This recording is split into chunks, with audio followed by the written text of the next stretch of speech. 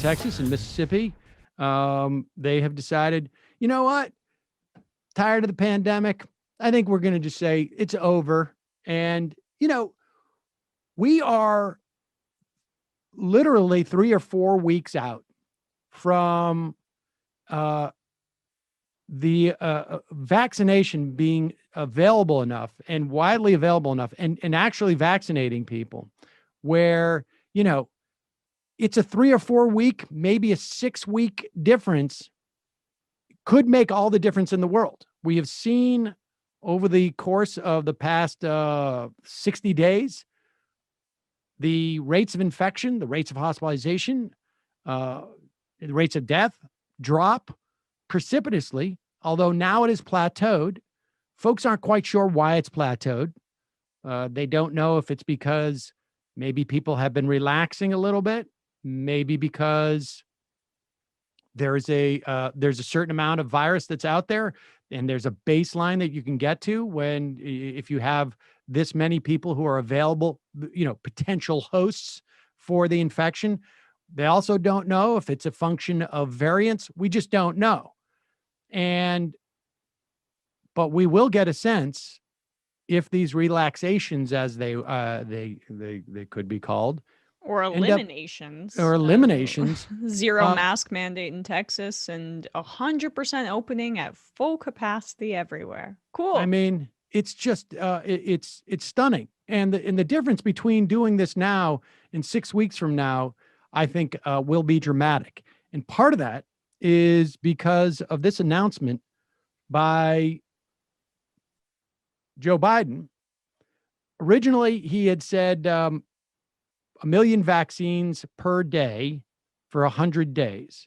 I think we are above that now, certainly, and I think we're about to be significantly above it. I think they're going to get close to 2 million vaccines a day within a matter of weeks, largely because of this Johnson & Johnson, but also because the production is ramped up on the Pfizer. Its production is ramped up on the Moderna. I know that in New York State, there are counties who are getting, 3 times the amount of vaccine that they got just 2 or 3 weeks ago. Joe Biden has announced that there will be enough supply. Let's be clear here, supply, right? That doesn't mean that people are going to be vaccinated, but enough supply for every adult in this country by the end of May.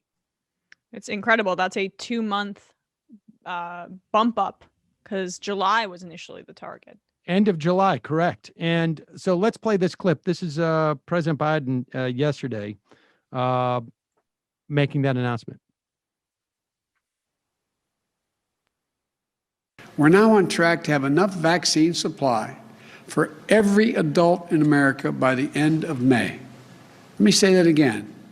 When we came into office, the prior administration had contracted for not nearly enough vaccine to cover adults in America. We rectified that. About 3 weeks ago, we were able to say that we'll have enough vaccine supply for adults by the end of July. And I'm pleased to announce today, as a consequence of the stepped-up process that I've ordered and just outlined, this country will have enough vaccine supply, I'll say it again, for every adult in America by the end of May. By the end of May. That's progress, important progress. But not just progress, it's an exponential leap. Exponential leap. And I guess, look, I find it hard to believe at this point that they would go out there and they would have Joe Biden make this announcement if they weren't extremely confident that they were going to be able to say by the end of May, look, there are now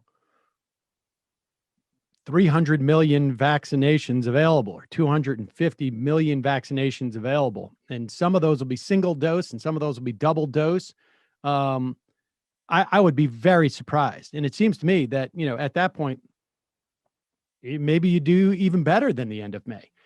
And then the question becomes distribution. Well, the upside of all this, to the extent that there's an upside of not having vaccines in the amount that were anticipated at this point, is that you've basically given all of these outlets that we anticipate distributing it. That means counties, state facilities. That means drugstore chains. Ultimately, that'll mean doctors' offices and also hospitals. They've all been prepared to do this. In some instances, they've been doing it, and they've been doing it with less vaccines than they wanted to. So they have the capacity and they have at least the structure. And then it's just a question of how hard is it to scale those. And I think most of these entities have a sense of that. I was listening to an interview with like the local county supervisor around here, and he was like, we've been prepared to do 3 times as many, 4 times as many vaccines, for months. And so to scale up and just do 2 or 3 times the amount that we're prepared to do, we can do that. Right. And so, if they had the vaccines, they'd be able to vaccinate everybody in this county. It's not a huge county, within a matter of 6 weeks. Yeah. And I think it's just important to note, we're critical of Joe Biden when we need to be. We come from a progressive perspective. That's how I'd characterize my perspective, at least. It's been a home run thus far with the vaccine distribution in terms of utilizing the Defense Production Act, compelling Merck to basically create the Johnson & Johnson vaccine so that it can be disseminated at a much higher rate. And then, of course, what we saw with the purchasing of additional Moderna and Pfizer double dose vaccines. I've had 0 issues with how Joe Biden has approached this. And I think it goes to show, at least in this area, there is a real stark difference in competent leadership versus what we saw under Trump. Right. This was the pitch, Joe Biden's pitch, essentially, to America, which is like, I'm going to be able to do the competent things. I'm going to be able to do the sort of like functions of government in a competent manner. It was also just reported the other day that Donald Trump, before he left the office, like literally on the way out, he and Melania got the vaccine. And by the way, it's not even like he would need it or she would need it. They just had COVID. I mean, who knows? But it's conceivable because of the treatment that he received that he didn't build the antibodies that one would. I mean, that's conceivable. And so why wouldn't you take the vaccine at that point? But what you would do if you weren't a sociopath, what you would do if you weren't sort of like clinically narcissistic, and I caveat, I'm not a psychologist. This is not a medical, but you would say to the American public, I've gotten the vaccine, you should get yours. Right? I mean, like the role. Biden did it publicly. He got course. Of course. I mean, that's what you would do. But the report said, Sam, he wanted to continue to appeal to the anti-vaxxer crowd. So like, that's where he's at. That's where his head is at, right? In the middle of a pandemic. So again, the bar is the floor. Understand that Trump was, sub the floor. He was in the basement, obviously. But I do think, as we're going to be critiquing Joe Biden's stance on Saudi Arabia and his lack of sanctioning MBS, as we're critiquing his $15 minimum wage caving, as we're critiquing all these things. Look, guys, we're trying to be consistent here. This has been a home run in terms of what we've seen with the vaccines, in my view. I agree.